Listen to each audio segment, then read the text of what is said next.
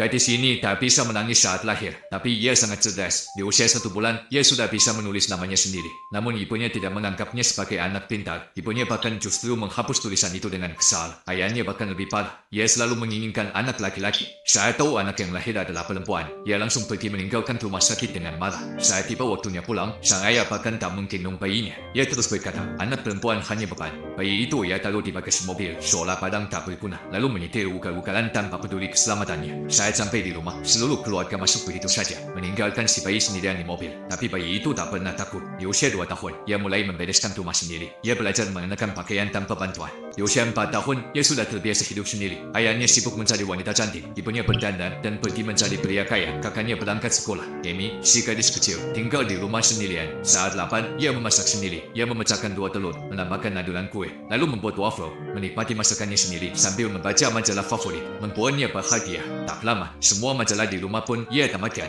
Kecintaannya pada membaca semakin besar. Ia lalu meminta ayahnya memberikan buku, tapi ayahnya berkata, TV mengajarkan segalanya. Buku itu tak ada gunanya. Amy tak menyerah. Ia tahu tak ada satupun anggota keluarganya yang mau mendukung. Ia harus melangkah sendiri. Keesokan harinya, saat semua orang pergi bekerja, Amy mencari alamat perpustakaan dari buku telepon. Jaraknya 10 km, tapi itu tak menghalanginya. Ia pergi ke sana, berbicara sopan pada pustakawan, lalu masuk ke bagian anak-anak. Petugas perpustakaan terkejut melihat anak sekecil itu sendirian. Tapi Amy tak butuh siapapun. Ia merasa damai di tengah-tengah buku. Sejak hari itu, ia datang ke perpustakaan setiap hari. Ia menamatkan semua buku anak-anak, lalu beralih ke buku-buku yang lebih sulit. Pustakawan sangat terkesan dengan dedikasinya, hingga akhirnya memberikan Amy kartu perpustakaan sendiri. Kini ia bisa meminjam buku dan menghemat waktu tempuhnya. Tahun pun berlalu. Amy kini berusia 7 tahun. Ia sudah banyak belajar dari buku. Ketika dirasa cukup umur untuk sekolah, ia meminta ayahnya mendaftarkan dirinya. Tapi sang ayah yakin usianya baru 4 tahun. Ia bertanya pada istrinya, dan ibunya bilang 5 tahun. Padahal Amy sudah 7 tahun, tapi tak ada yang peduli. Saat akhirnya tahu bahwa Amy diperbolehkan sekolah, ayahnya mulai khawatir karena banyak paket dan barang dikirim ke rumah. Ia pikir harus ada yang di rumah untuk menerima kiriman. Akhirnya Amy tak jadi bersekolah dan mimpinya pun hancur.